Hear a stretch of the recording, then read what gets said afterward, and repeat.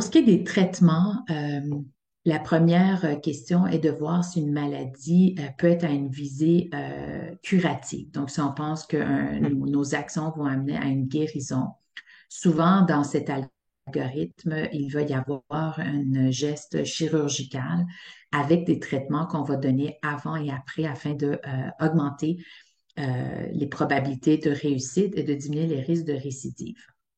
Donc, dépendamment du type de pathologie et de la localisation de la tumeur, des traitements souvent de chimio, radiothérapie et parfois de chimio seul vont être donnés avant de passer à l'acte chirurgical. Par la suite, encore une fois, dépendamment du schéma ou du protocole qui a été choisi, des traitements à base de chimiothérapie peuvent être donnés de nouveau ou des traitements à base d'immunothérapie selon les résultats de pathologie que votre oncologue discutera avec vous.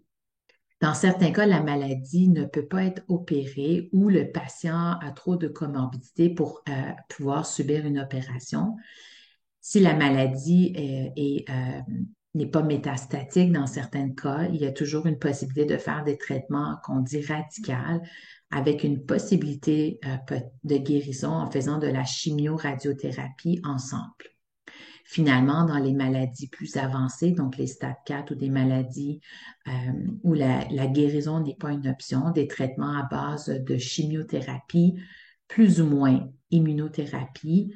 ou traitements ciblés vont être donnés dépendamment des résultats de pathologie et d'études moléculaires que nous allons avoir